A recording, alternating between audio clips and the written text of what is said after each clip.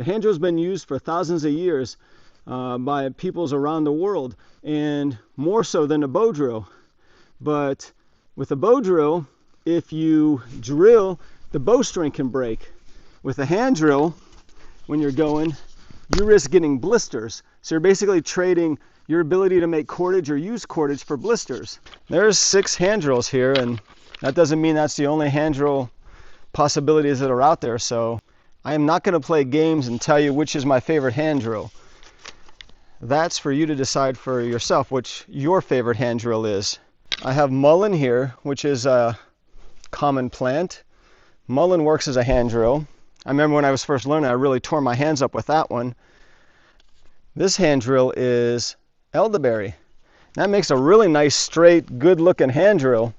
Next hand drill is honeysuckle. That's a kind of a new one, or an oddity that most people probably don't think about using. Some might have. I have goldenrod, which was successful today, and horseweed. And also I got mule fat. This I picked in California the same day, made a same day fire with no tools except the rock that I found, a piece of unknown wood. How do we go from this to this?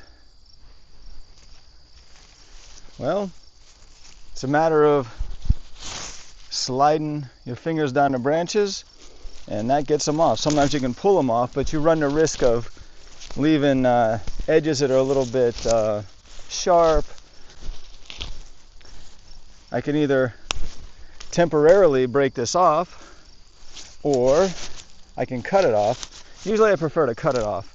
So now it does not look straight at all.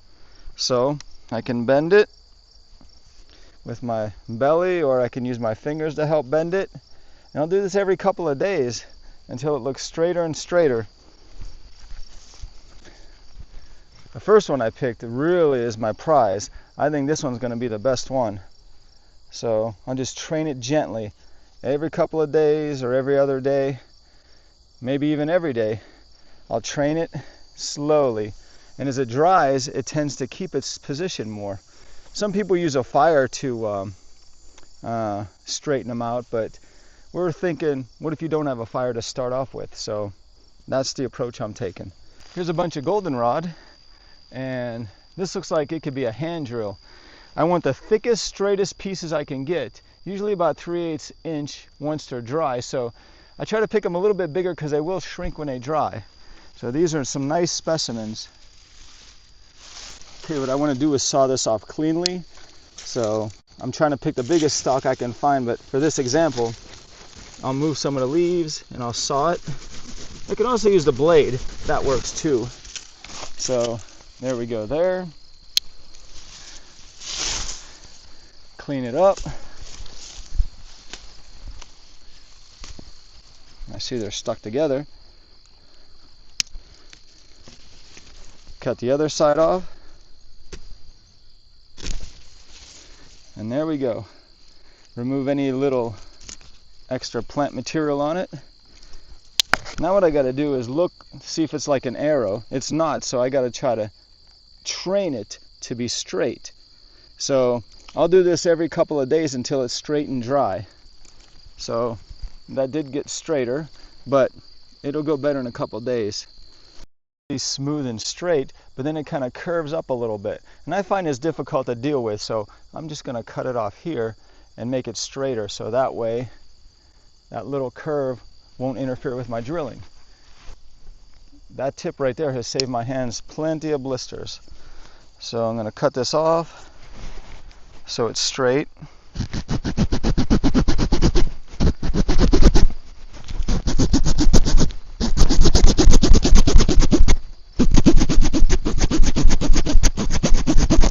Okay, now this is much straighter. This is much straighter at the tip. That extra little bit of curve makes it so much harder to drill, and it's harder on the hands. It might sound subtle or petty, but, well, it makes a difference for me. It's even possible to put your hand not over the blade, but to the side of the blade. Take maybe about 2 fingers and roll the hand drill. Then you can remove the bark, because sometimes the bark interferes with your drilling.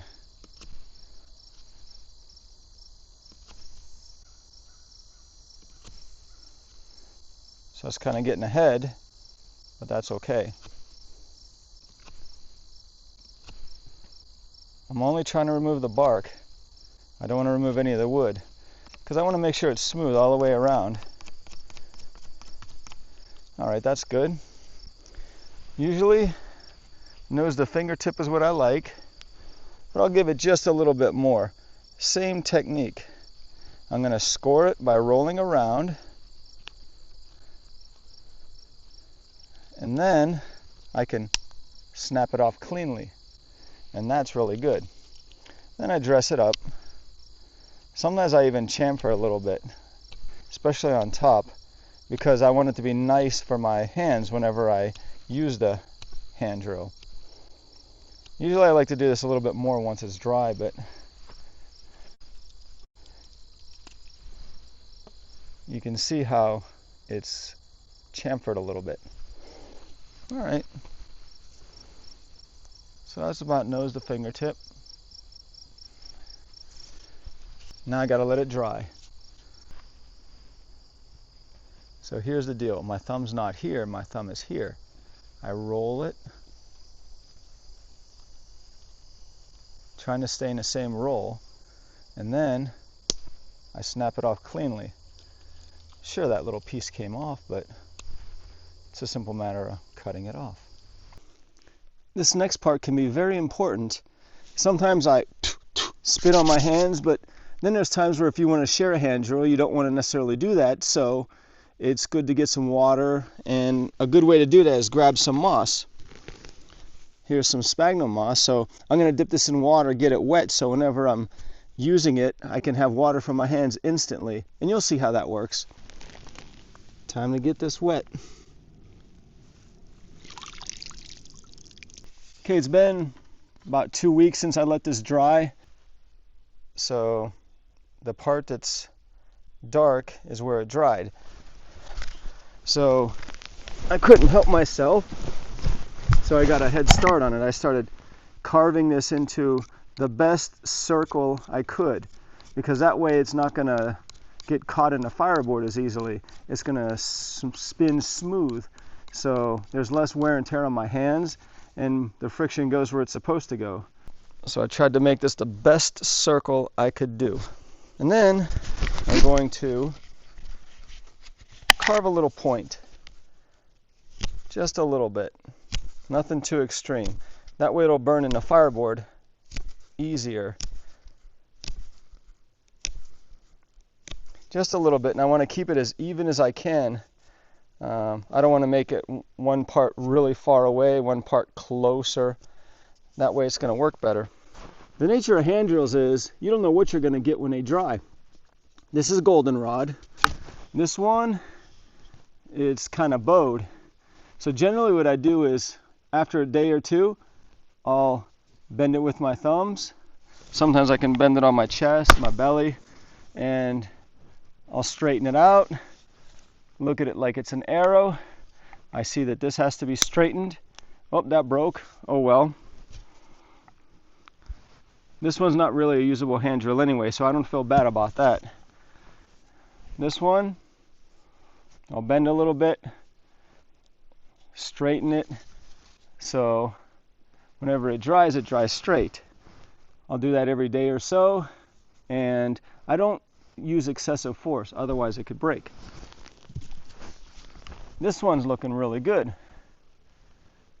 This one just has a slight bend, so I'll do just a little bit more, but we're essentially there. I overcompensated. Well, that's better. Doesn't look like exactly straight down an arrow, but it's pretty straight actually. So now what I'm going to do is I'm going to use the back of my knife, and I'm going to smooth out the little nodes. That way it's nicer for my hands. So I'll smooth those out.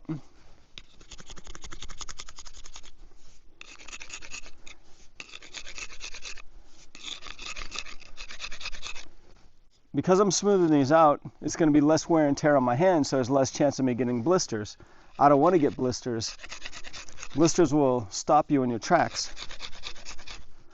Now let's talk about blisters for a second. If you get a blister on your hand and it opens up, that introduces the chance for infection, which you're already in a bad situation if you're in a survival situation. You don't need that. Also, it's going to hurt so bad and it's going to tear you up even more. So you're not really going to want to continue to hand drill. So it's a bad spot to be in. And generally I have to wait a few weeks or so before I can actually start hand drilling again. So you'd have to find another fire starting method. So you have to protect your hands in a survival situation. That's super important. I like to have gloves for when I'm working and processing wood.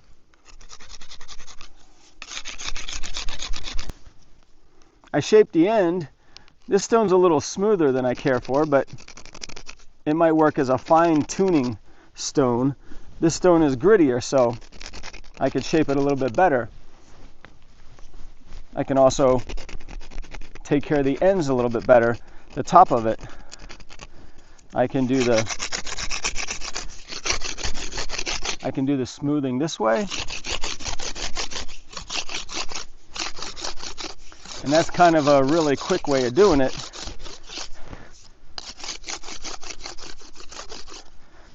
Then you test it, you see if there's any bumps or rough spots. You work on it a little bit more till you're happy about how smooth it is. Because again, you don't want to wreck your hands. And this is easier to do when it dries. I find that if I do it straight away, I don't get as good of a hand drill, but that's all preference and what you think.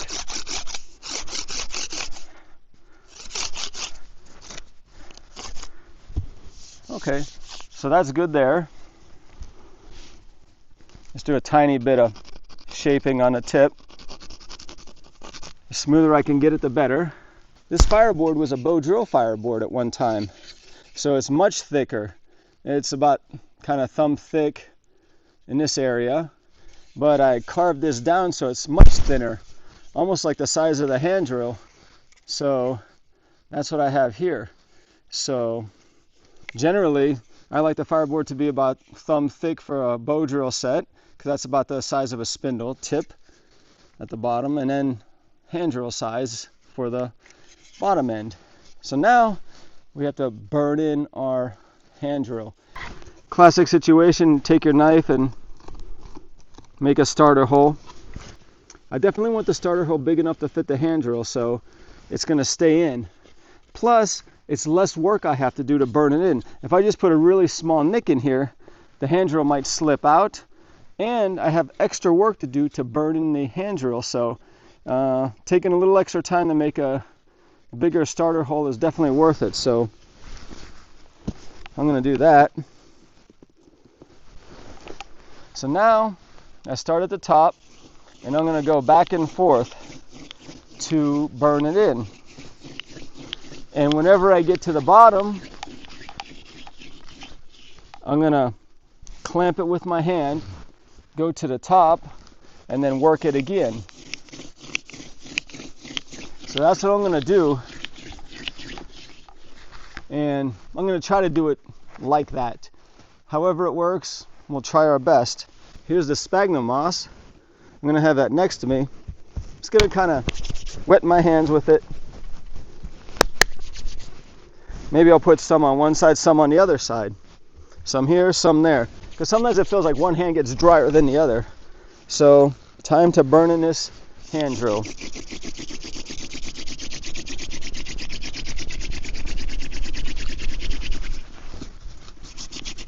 Wow, smoke on the first pass.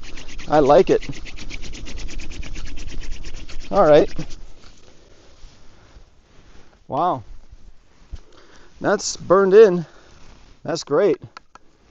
Now, typically, when I'm starting fires, the burn-in hole for burning in a hand drill usually isn't worth drilling in. It's better just to make another starter hole, burn that in, and then cut your notch. Because usually I go too deep whenever I'm burning in a hand drill. That's just something I picked up.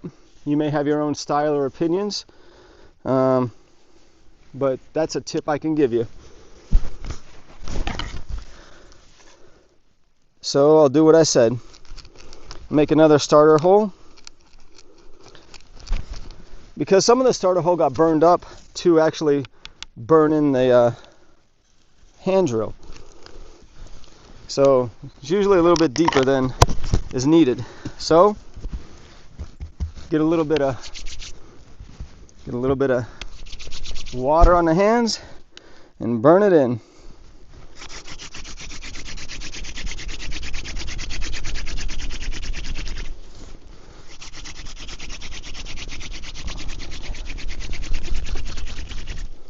So one thing that's important is speed on how fast you go, but also downward pressure.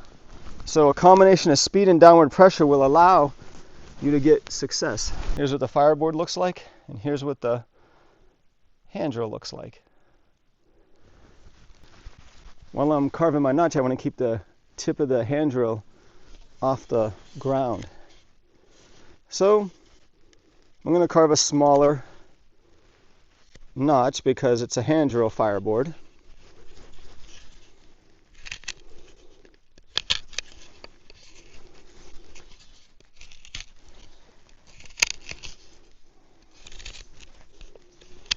Some people say you just need to go to the ring of the starter hole.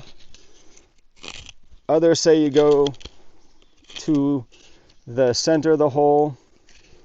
But if I have a hand drill that's like elderberry, that's like a ring, sometimes also other hand drills look like a ring when you use them. So that's kind of like you might be able to get away with only going to the edge of the ring of the starter hole. But I'm going to make this like a bow drill Fireboard notch, because this is white cedar and this is a solid piece of goldenrod.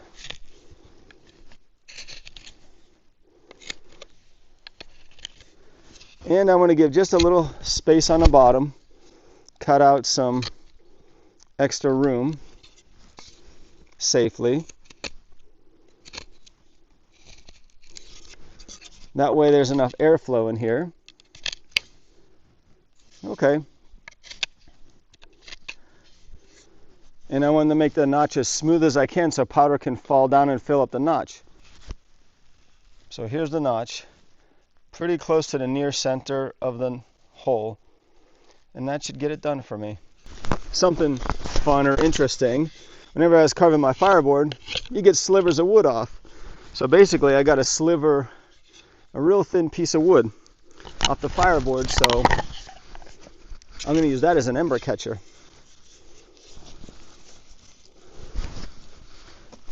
So I could spit in my hands or use the water. You don't need to overwater it, just kind of damp, nothing dripping. All right, I'm probably gonna go, and we'll see how many passes it takes. I wouldn't be surprised if it took me about 10 passes, maybe sooner, who knows. Oh, by the way, generally my favorite hand drills are about 3/8 inch thick at the, well, actually the whole diameter all the way around. Sometimes they taper into really smaller diameters, but if I can get 3/8 at the bottom, that's really good for me. That seems to save my hands a lot of wear and tear. Let's give this a shot.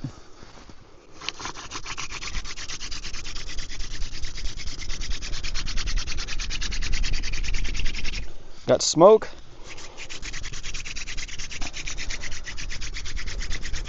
Make sure you breathe. You don't want to run out of oxygen. 2.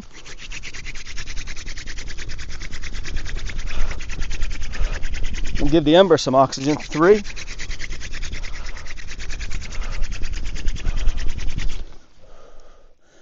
4. All right. I saw the ember glow already. There's the ember already. You can see the orange glow. So, gonna tap the tap the fireboard so I can take the ember out carefully. I'm going to keep the hand drill off the ground. I took some white pine needles and I got a bunch of them. I really rolled them up, roughed them up, made them fine, because your kindling bundle, your fine bundle of kindling, some call it a tinder bundle, has to be even better when you use a hand drill because the ember is so much smaller. So I should stop talking and make this happen. So the ember goes in. I'm going to want all the powder I can get my hands on for this, even from the fireboard. Okay, I'm going to envelop some of this.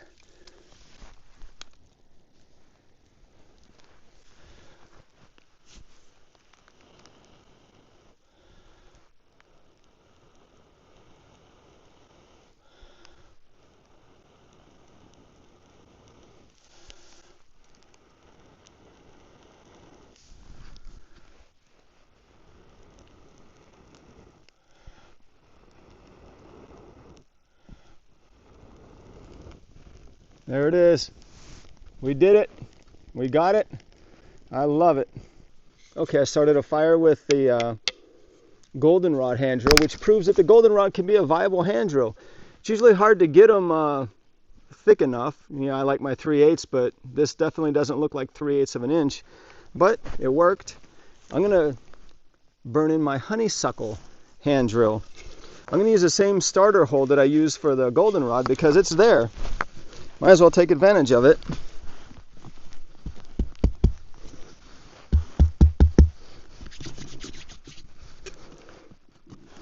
Here we go.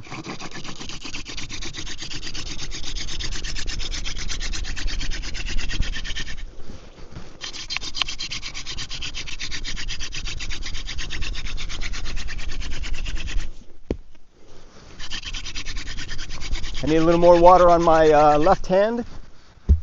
And it's not too long of a pause. You don't want to have a long pause in between drilling.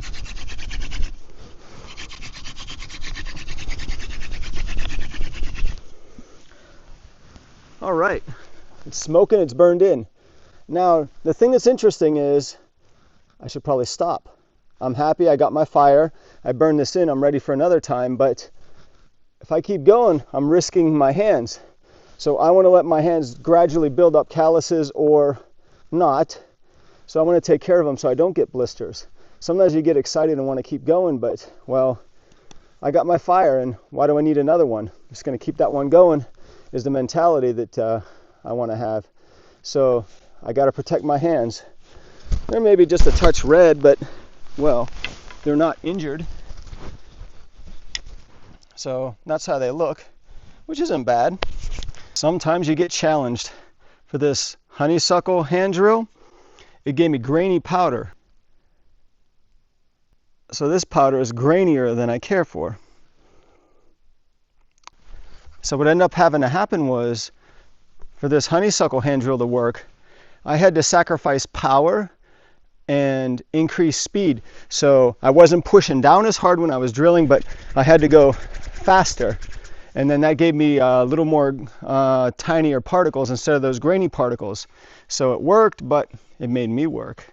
So sometimes you gotta balance out your speed to power ratio. You gotta figure out which one's gonna work for what materials you have. I used white cedar in this honeysuckle hand drill, and it was successful after a struggle.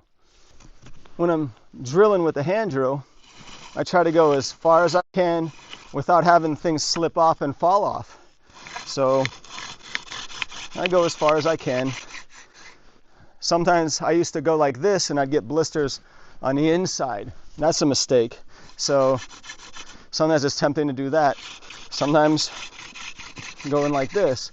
But the most important thing is to practice. Wait a little bit, wait a few days or so, let your hands condition build up. And if you're starting to get a blister, it's probably better to stop. Unless your life's on the line and you really need it. And even then you should weigh whether it's a good idea or not. Maybe you need to switch over to the bow drill if that's the case.